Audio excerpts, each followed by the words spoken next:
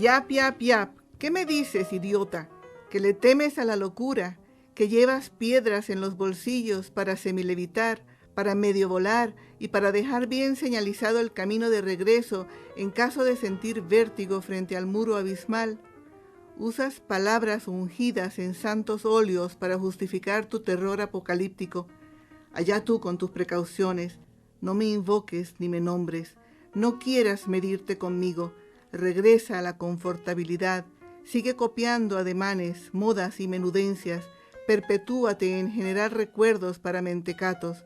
Anda, prepara el viaje a Europa como le corresponde a una esposa. Yap, yap, yap, remeda Mariana, Lucifer con sorna. Y tú, regresa al libro de Modach. Eternízate en el encierro literario al que te han condenado Milton, Goethe, Mann. Si tú no quieres comprar mi alma, mucho menos quiero vendértela yo. Yap, yap, yap, viciosa repetición.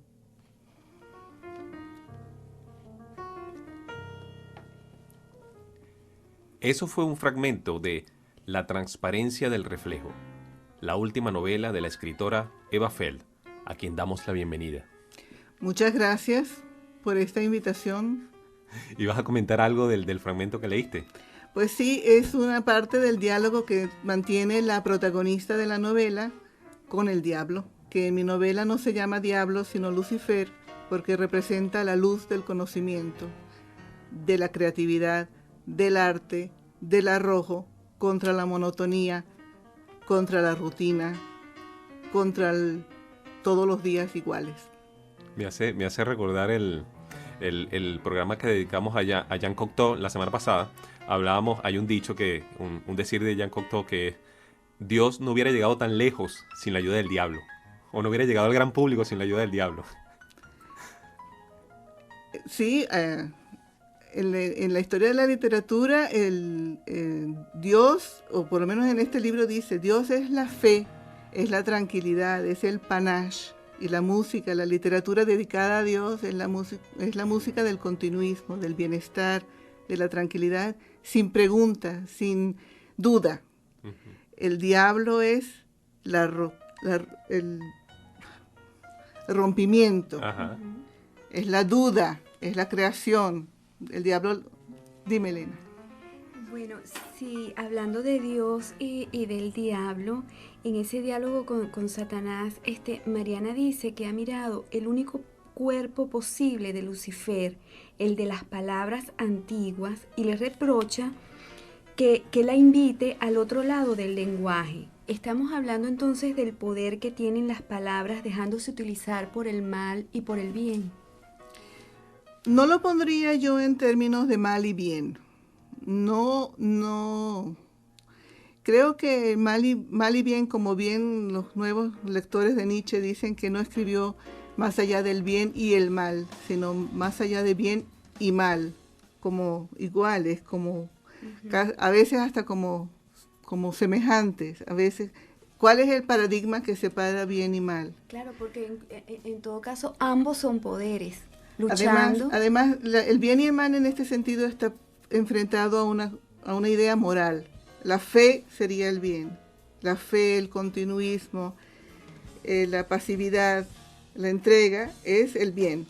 Y el mal es todo aquello que se le opone.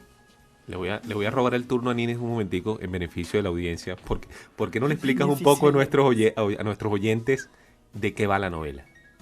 Porque estamos hablando de este diálogo, del diablo, de Dios, pero en realidad, ¿cuál es el trasfondo que tiene la novela? Bueno, se llama La transparencia del reflejo, ¿no? Sería bueno aclararlo, y está editada por Ala de Cuervo. Bueno, la novela tiene varias lecturas, porque yo pienso que, sin que se me perdone la vanidad, pero la obra de arte es aquella que más inferencias pueda producir en sus lectores. Tiene varios niveles de lectura. Y a eso vamos, pues es una historia, la historia lineal es una mujer socióloga que todo lo analiza hasta sus últimas consecuencias, trátese de una persona, de un viaje, de una situación, de un videojuego. Ella es muy racional y está permanentemente analizándolo todo. Y esta mujer está casada con un hombre también muy lineal, que solamente piensa en su trabajo y en producir dinero y en las reglas del mercado y en cómo echar para adelante, y además viene de Europa del Este, donde no tenía nada, y es un hombre lleno de privaciones que quiere colmar sus privaciones y pareciera imposible colmarlas. Ella tiene de un primer matrimonio un hijo que también está en un riel solitario, que es la tecnología. Él no le interesa sino la computación, los videojuegos. O sea que no hay comunicación posible entre los personajes de esta novela. Iba a preguntarte algo de Eso es lo que llamaría Juan Antonio Nínez el plano de inmanencia, ¿verdad? Si tú lo dices, Rigoberto. Yo, muérete que mi pregunta venía por el lado de la incomunicación. O sea, yo siento que estos personajes tienen todo para comunicarse, puesto que la tecnología ha avanzado tanto, pero la incomunicación es tan grande que este personaje principal tuyo tiene que comunicarse con el diablo, tiene que mantener un diálogo, su interlocutor en la vida es el diablo. O sea, yo no sé si eso... A mí me tocó eso porque muchas veces tú no sabes con quién puedes hablar o no sabes a quién le puedes contar aquello que tú estás sintiendo o viviendo o pensando, porque no te van a entender, porque las personas no están en sintonía contigo. No sé si ese diablo se convierte verdaderamente en esa vía o en esa grieta para entablar una comunicación con alguien en este mundo. Sí y no, porque el diablo no quiere entender, el diablo quiere provocar. El diablo lo que hace es provocarla. Ella dice, mi vida por crear un verso. Yo quiero abandonar el raciocinio, yo quiero abandonar mi capacidad racional de todo analizarlo y de todo entenderlo. Yo quiero crear un verso, yo quiero crear una obra, yo quiero crear algo artístico, yo quiero salirme de mí misma. O sea que el diablo es una provocación. Y yo pienso que al final del libro la autora lo logra, porque hay textos, el libro tiene textos poéticos. Sí. Ahora, Eva, yo noto que hay una constante en tu trabajo, en las novelas que he leído tuyas, y es el tema judío, siempre está como ahí de trasfondo. ¿Es así o es una percepción mía equivocada?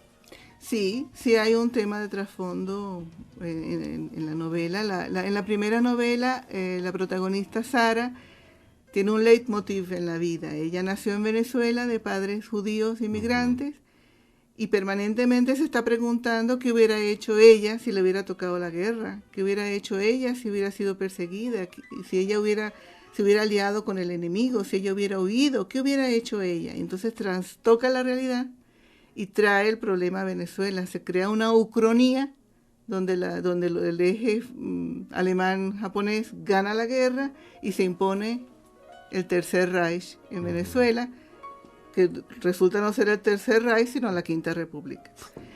En el caso de la transparencia del reflejo, también la protagonista es hija de inmigrantes judíos, y tiene siempre la fantasía de regresar y de entender aquello que hubiera sido ella si sus padres no hubieran tenido que emigrar. Entonces en la novela hay un regreso al lugar de origen. Y también está una de esas lecturas que tú dices que tiene la novela. Yo por lo menos noté que está el inmigrante presente. Adriano es una persona que viene de Europa del Este, forma una familia aquí en Venezuela, ¿verdad? Como toda la historia prácticamente del siglo pasado de Venezuela, pero ahora hay una nueva realidad que es esos hijos de inmigrantes están tratando de volver, tratando de ser ellos los que emigren. Bueno, Adriano es un caso de inmigrante de primera generación. Él no tiene ese hijo que quiere volver. Él no quiere volver. Él dejó atrás y vino a América, a la tierra de la gran promesa. Él viene a la tierra de la gran promesa, y la tierra de la gran promesa se le desmorona entre las manos. Es muy trágico. Sí.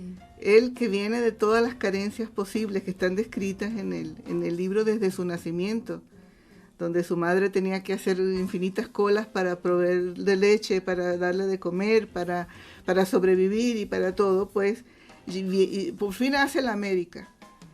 Y la América la América venezolana, pues, se le está desmoronando en las manos. Ese es el caso de Adriano, ¿no? Háblanos un poco de la escritura que tú utilizas para esta novela. O sea, cuéntales a los oyentes cómo escribiste tú la novela, qué lenguaje utilizaste.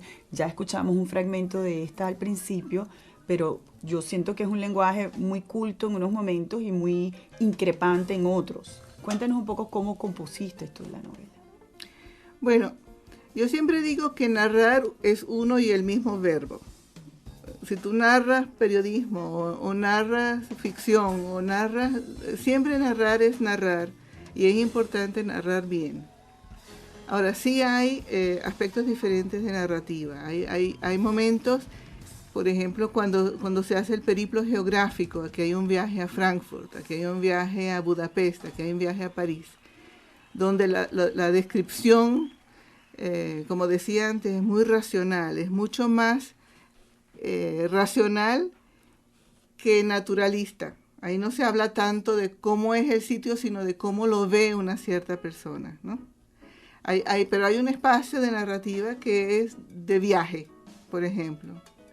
Hay otro espacio de narrativa que es el monólogo interno, que toca más el lenguaje poético, porque es más conectado consigo mismo. No está concebido para transmitir un mensaje, sino a un tercero, sino al tercero que está contenido en uno mismo. Entonces se permite más poesía. Por ejemplo, hay narración de sueños. Entonces podría haber como un absurdo. Podría estar cerca, por ejemplo, de Clarice Lispector. No es que esté influenciada, pero pienso en ella como que le pasó también, que cuando ella se narra a sí misma no necesita tomar en cuenta al tercero, ¿no? También hay diálogos, pues el diálogo entre los personajes, el diálogo con el diablo. Vamos subiendo en lo que son los niveles de lectura. Ahora, la filosofía. Para Eva Feld, ¿cuál es la relación entre literatura y filosofía? Pues yo pienso que es muy importante tu pregunta porque ahorita hay una tendencia muy fuerte hacia la literatura light, hacia contar echar un cuentico fácil, de muy fácil digestión, que no transmite nada. Uno lo termina de leer, se pasa un buen rato como cuando uno ve una telenovela o como cuando ve uno una película en una televisión. Mientras que para mí la literatura, como decía antes, es provocadora de inferencias. A mí me ha encantado que Elena tuvo su interpretación muy diferente de la de Nines, o a lo mejor muy diferente de la tuya. No es un cuento unívoco, ¿no? No es un cuento unívoco donde sujeto, verbo y predicado. Pasa esto y pasa lo otro y después terminan así. Sino que hay filosofía. Hay un indagar en lo humano, en lo profundo de lo humano, en las motivaciones de lo humano. Es decir, que para Eva Feld la literatura tiene un fin último y superior. ¿Tú no crees en la literatura del entretenimiento puro y simple, por ejemplo? Creo que no vale ahí la palabra creer. Yo pienso que la literatura debe haber literatura de todo tipo. Debe haber literatura de entretenimiento. En Europa se llama literatura para el verano. Debe haber literatura de todo tipo, pero en lo que a mí concierne, la literatura que a mí me gusta leer y la que me gusta producir es aquella reflexiva que da más, que cuesta un poco más de trabajo. Por eso a través del jugador español, no sé, del juego de Barça, de fútbol, Stoichkov, me imagino que se pronuncia así, tú lo articulas a los estoicos, o sea, como pronuncia el narrador estoico, entonces por ahí comienzas a hablar de los estoicos y más adelante hablas de Platón. O sea, esa era una de las preguntas que yo te tenía también, porque noté muchísimo las articulaciones filosóficas que haces. Es verdad, pero también hay un juego. Sobre todo de la fuente, buscando la fuente primaria, ¿no? Filosófica. Pero también hay la diferencia de carácter. Uh-huh. ¿Cuántas mujeres o cuántas señoras casadas ven con su marido el juego de fútbol y no pueden entender por qué es lo que más les interesa y lo único que les interesa? Entonces ven el juego. Pero ella todo lo piensa y todo lo analiza, y cuando oye la palabra estoico, ella tiene una referencia culta. La cultura es lo que le interesa, la creación es lo que le interesa. Por eso es que finalmente se vincula con Lucifer. Estoico, estoico, estoico, estoico, estoico, estoico. Entonces se le convierte el juego en un juego filosófico y ella hace relación al balón blanco y negro y a las ideas en blanco y negro. Ahora, hay una paralelidad. hacer esa articulación justamente con los estoicos no es por algo especial hacia el estoicismo. O sea, fue algo ingenuo que porque estaba este jugador que se llama Stoikov. Bueno, vamos a hacer la articulación hacia los estoicos. O hay un planteamiento trascendente hacia el estoicismo. A mí me encanta tu inferencia. Me encanta escuchar a un lector cuando lee eso. ¿Por qué? Porque allá es obviamente una frustración de una esposa, que el esposo está viendo el fútbol y ella no la mira. Entonces hay una reflexión estoica donde dice, bueno, la materia, la virtud, el sabio no debe preguntarse sino por la virtud. ¿Cuál virtud? Ella lo que quisiera es otra cosa, ¿verdad? ¿A cuántas esposas le ha pasado eso? Lo que pasa es que ella es una esposa socióloga que todo lo analiza y todo lo disfraza de filosofía o de arte culinario o de conocimiento geográfico o de conocimiento de cualquier cosa. ¿Cuántos casos conocen ustedes que estudian en letras donde el hombre trabaja y no le importa más nada y la mujer estudia letras y estudia y quiere saber más de la vida y quiere saber más de Ni te imaginas. Algunos hombres te contestarían que no les queda más remedio, que tienen que producir los reales para poder mantenerle la carrera de letras a la esposa. Tiene razón. Tiene toda la razón y son muy loables esos hombres que se sacrifican y hacen eso, ¿no? Por eso. Sería bueno conseguir mujeres también así. ¿Verdad? Bueno, Rigoberto busca una mujer que lo mantenga para él poder dedicarse a las letras de lleno. Ahora, señora, están abiertas las aplicaciones. Ahora, Eva, toda esta profundidad y todo este contenido por demás intelectual pues muy interesante de la novela, ¿no te hace temer que tu escritura, que tu trabajo sea muy elitesco? Que no llegues, que no llegues a un público amplio. ¿No temes eso? No temo eso. Yo creo que debe haber literatura, como te decía antes, para todos los niveles. Yo no quiero ser Paulo Coelho. En todo caso quisiera, aquí en la contraportada dice que Lucifer está harto de inmortalidad y víctimas de la economía de mercado y contesta con burla y saña advirtiéndole que para él no revisten ningún interés las almas producidas en serie y mediatizadas y que añora los tiempos de Dante, Goethe, Milton. Yo creo que aquí él lo que añora son los lectores de Dante y de Milton y de Goethe. ¿No? Hubo un tiempo en que la gente leía Goethe y había un tiempo en que la gente leía Mann. Yo creo que si hoy en día Mann o Goethe o Shakespeare mandara un cuento o una novela a un premio literario, no ganaría. Pero es que además mucha gente dice que lea Goethe, dice que lea Dante. O sea, yo dudo mucho cuando la gente me dice que se leyó Thomas Mann, La montaña Mann. Me lo parece. La idea de este programa es que la gente vuelva a eso. Tienen que leerse. Pero tenemos que comprar un detector de mentiras. De Mann. No, tienen para que eso leerse existen Muerte en Venecia. Para eso existen Vargas Llosas, por ejemplo, Bueno, yo que tengo digieren esas lecturas y las convierten en algo muy digerible. Más actualizado. La gente lo lee y después, usando las palabras de Vargas Llosa, dice que ellos lo leyeron. Esos son facilitadores de la conversación de sobremesa.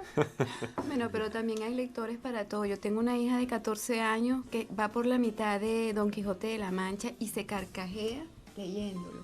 Bueno, pero eso es tu hija, Elena. No, pero claro, porque bueno, lo he visto en ti. Bueno, vamos a no convertir esto en una sesión de Bueno, psicología. estamos conversando con Eva Feld. Su última novela se llama La transparencia del reflejo.